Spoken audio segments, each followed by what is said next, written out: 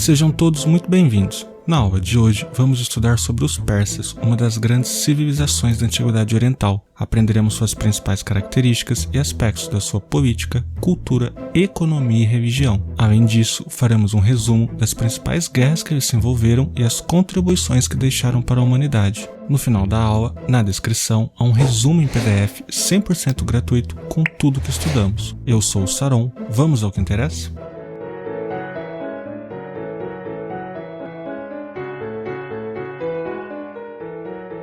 Os persas inicialmente formavam um pequeno grupo étnico, o que significa dizer que essas pessoas possuíam semelhanças culturais, linguísticas, geográficas ou biológicas. Num primeiro momento, habitavam nos arredores do Planalto Iraniano, próximo à antiga Mesopotâmia, onde hoje fica o Irã. No entanto, com o passar do tempo, os persas foram se desenvolvendo e constituíram um importante reino na região, embora ainda estivessem dominados pelo reino dos Medos, outra grande civilização da antiguidade. Até que no ano 550 a.C., o príncipe persa Ciro II liderou uma revolta contra os Medos. Ciro venceu a batalha e passou a liderar todos os demais povos do Planalto Iraniano, formando assim o Império Persa, também conhecido como Império Aquemênida, nome da dinastia a qual pertencia o agora imperador. Ciro II, também conhecido como Ciro o Grande, motivado por problemas econômicos e geográficos, especialmente em relação à dificuldade de desenvolvimento da agricultura por conta do solo pouco fértil da Pérsia, decide promover um amplo processo expansionista. Assim, os persas, em um curto período de tempo, conseguem expandir seus domínios e conquistar diversos territórios e povos, dentre os quais os sumérios, acádios, amoritas, assírios, caldeus, fenícios, egípcios e os hebreus, constituindo um gigantesco império de aproximadamente 8 milhões de quilômetros quadrados. É importante destacar que esse processo de expansão e dominação tinha algumas características distintas em relação a tudo que se costumava praticar na época. Dentre estas está o fato de Ciro manter uma política de tolerância com os povos conquistados, isto é, ele permitia que os derrotados mantivessem sua estrutura política, cultural e religiosa. Porém, exigia que os mesmos jurassem lealdade absoluta ao império, pagassem impostos regulares e prestassem assistência militar ao exército persa, caso solicitado. Um dos casos mais emblemáticos dessa postura de respeito à diversidade dos povos conquistados é o episódio da libertação dos hebreus, quando os persas invadiram a Babilônia, derrotaram os caldeus e libertaram os judeus do cativeiro, permitindo que retornassem à sua terra de origem e aos seus costumes religiosos. Além disso, os auxiliou na reconstrução do Templo de Jerusalém, que havia sido destruído pelos conquistadores anteriores. Após sua morte, Cambises, filho e sucessor de Ciro, iniciou uma difícil campanha militar contra o Egito, com o objetivo de expandir ainda mais os domínios do império. Tal campanha foi finalmente vencida pelos persas na Batalha de Peluso em 525 a.C.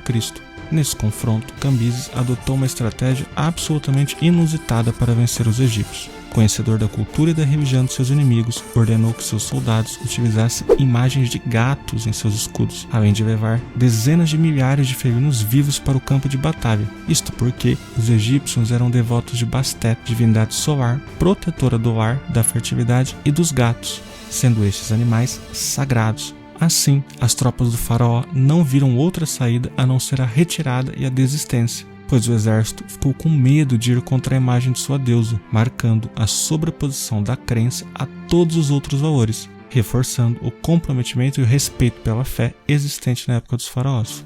Depois disso, Cambises foi imperador por pouco tempo, mas, mesmo assim, conseguiu se destacar pelo seu perfil autoritário e explosivo, oposto ao de Ciro.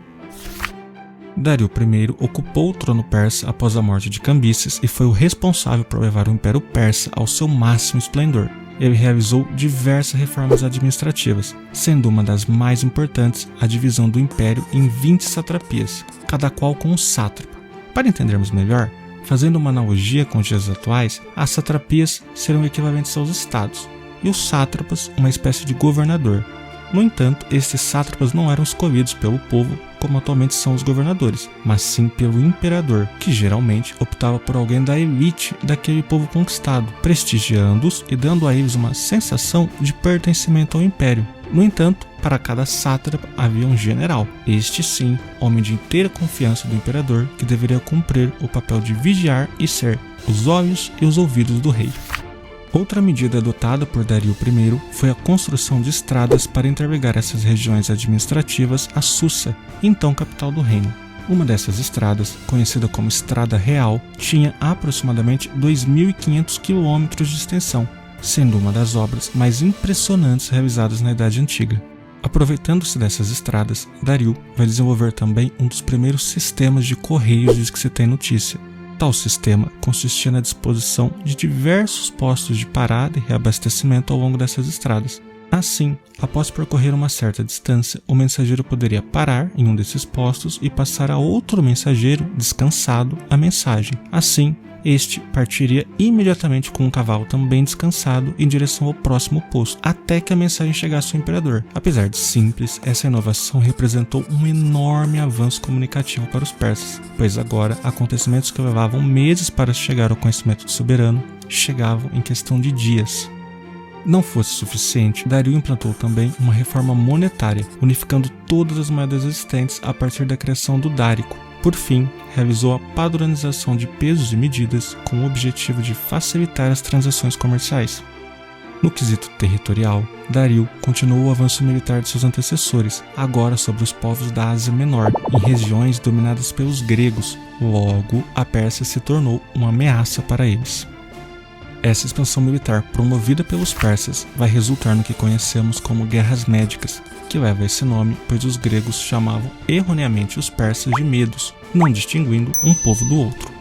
Basicamente, as Guerras Médicas se dividem em duas fases. A primeira ocorre durante o reinado de Dario I, quando os persas avançam sobre as cidades-estados gregas que, pela primeira vez em sua história, liderados por Atenas, se unem frente a um inimigo externo comum. Como resultado, temos a derrota dos persas em 490 a.C., na famosa Batalha de Maratona. O historiador grego Heródoto conta que após a vitória, um mensageiro grego foi enviado a Atenas para avisar sobre a derrota dos persas. Após percorrer a longa distância de 42 km e avisar a vitória, o mensageiro morreu de ataque cardíaco. Em homenagem, a primeira edição dos Jogos Olímpicos Modernos, realizada em 1896, manteve a mesma distância de 42 km e nomeou a corrida como Maratona, nome da antiga cidade grega onde havia sido travada a batalha.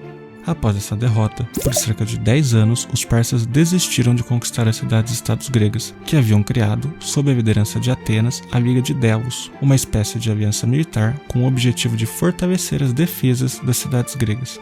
Até que no ano de 480 a.C., Xerxes, que havia sucedido seu pai Dario no comando do império, decide realizar uma nova tentativa de conquista. Dessa vez, com um exército numericamente muito maior, os persas até conseguem conquistar algumas vitórias. Inclusive, vencem a Batalha de Termópilas, marcada pela resistência heróica protagonizada pelo rei Leônidas e seus soldados espartanos, episódio que foi adaptado para o cinema no conhecido filme Os 300 de Esparta. No entanto, posteriormente, os gregos conseguem derrotar definitivamente os invasores na Batalha de Salamina e obrigam os perdedores a assinar o Tratado de Susa, no qual os persas reconhecem o domínio grego na Ásia Menor e prometem não atacar mais o território grego, dando início ao declínio do Império Persa e à consolidação da hegemonia grega do mundo antigo.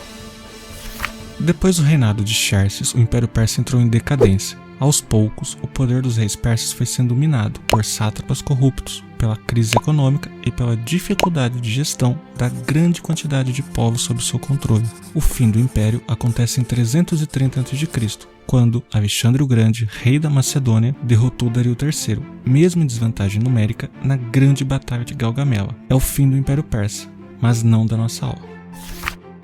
Do ponto de vista político, os persas se organizavam em uma teocracia, ou seja, o governo era exercido por um soberano, considerado como representante de Deus na terra.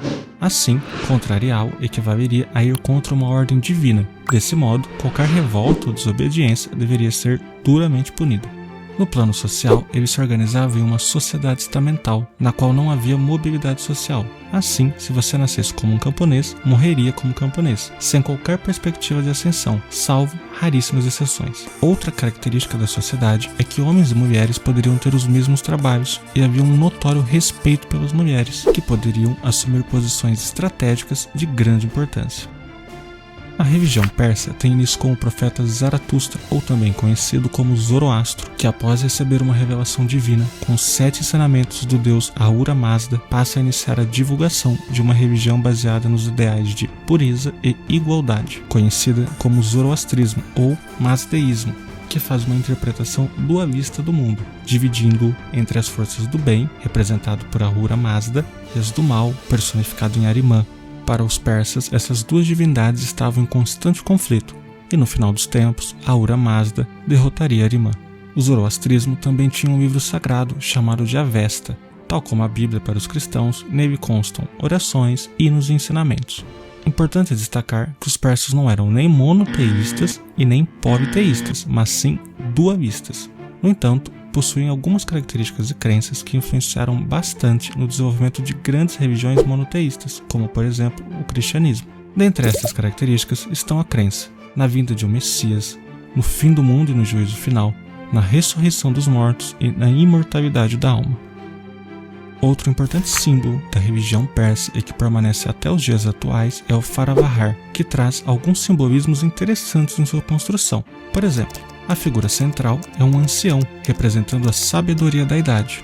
Há 2 asas em 2 lados da imagem, que tem 3 penas principais. Estas penas principais indicam 3 símbolos de bons pensamentos, boas palavras e boas ações. A parte inferior do Faravahar consiste em 3 partes segmentadas de cima para baixo, que representam má reflexão, palavras ruins e más ações. As 2 curvas nos 2 lados do Faravahar representam as forças positivas e as forças negativas. Uma está voltada para a face do homem, enquanto a outra está voltada para as costas. Isso indica que temos que prosseguir para o bem e afastar-se do mal. O anel no centro simboliza a eternidade do universo, ou a natureza eterna da alma, tal como um círculo que não tem começo nem fim. Uma das mãos aponta para cima, indicando que existe apenas uma direção para escolher na vida e que está à frente. A outra mão segura um anel, que representa a lealdade, a fidelidade, base da filosofia de Zaratustra.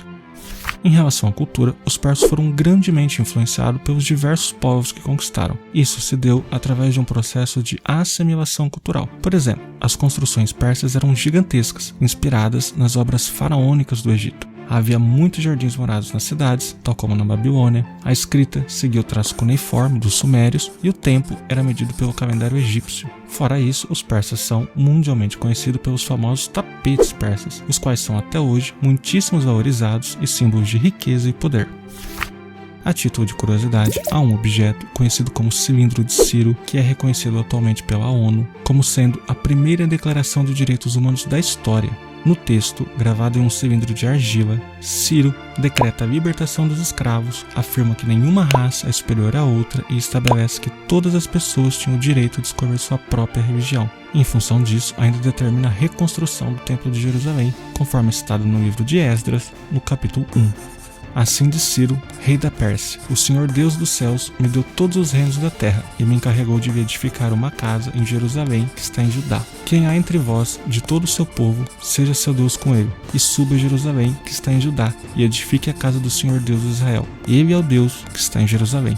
Por fim, ainda a título de curiosidade, ainda hoje é praticado o zoroastrismo em alguns países. Um famoso adepto dessa religião foi Freddie Mercury. Inclusive, é possível perceber grandes influências do zoroastrismo tanto nas letras do Queen como na vestimenta utilizada por Freddie em seus shows. Para finalizar, vamos resolver uma questão a respeito dos assuntos que estudamos na aula de hoje. A questão diz o seguinte: os persas foram, na antiguidade, um dos povos mais importantes a ocupar a região do Planalto Iraniano. Sobre sua história e cultura, é possível afirmar que então, a questão quer que encontremos a alternativa correta dentre as opções abaixo. Alternativa A. A vitória de Dario I sobre os gregos marcou o início da ascensão persa no Mediterrâneo, favorecendo a expansão da escrita cuneiforme e dos cultos monoteístas. A alternativa está incorreta, pois como estudamos, Dario não venceu os gregos, mas sim foi derrotado por estes na Batalha de Maratona. Alternativa B. Famosos por suas obras arquitetônicas, os persas construíram na Babilônia as maiores pirâmides da Mesopotâmia, tornando aquela cidade o centro de seu império. A alternativa possui alguns erros, especialmente ao afirmar que os persas construíram pirâmides na Mesopotâmia, o que não ocorreu, tendo em vista que na Mesopotâmia, ao invés de pirâmides, costumava-se construir zigurates. E a questão também erra ao afirmar que a capital do império era a Babilônia, quando na verdade eram as cidades de Susa e Persépolis. Alternativa C. O declínio do Império Persa foi marcado pela derrota de Xerxes para os assírios na Batalha de Susa. De fato, o Império Persa entrou em declínio após uma derrota militar durante o governo de Xerxes. No entanto, quem os derrotaram foram os gregos na Batalha de Gaugamela e não os assírios. Alternativa D. Adotando uma religião que opõe de forma maniqueísta o bem e o mal, os persas dominaram o comércio mediterrâneo após conquistar o Egito, a Ásia Menor e a Macedônia, sob a liderança de Nabucodonosor. A falha da questão está no final, ao afirmar que os persas dominaram a Macedônia, quando na verdade foram conquistados por eles, sob a liderança de Alexandre o Grande e não de Nabucodonosor. Alternativa E. Desenvolveram uma religião própria, o zoroastrismo, e começaram sua expansão territorial após as conquistas lideradas por Ciro o Grande. A assertiva traz um resumo do que estudamos na aula de hoje, estando 100% correta. Então, o gabarito da questão é a letra E. Se essa aula foi útil para você e se você aprendeu algo com ela, peço que me ajude a levar ensino de qualidade a mais estudantes. Compartilhe o vídeo com um amigo, inscreva-se no canal, isso vai nos ajudar a impactar mais e mais pessoas e você ainda fica por dentro de todas as novidades e vídeos novos. E por fim, comente, dê sua opinião da aula, deixe sua pergunta e faça sugestões de temas para os nossos próximos vídeos. E se você gostou, não se esqueça de deixar o like. Um grande abraço e tchau, tchau.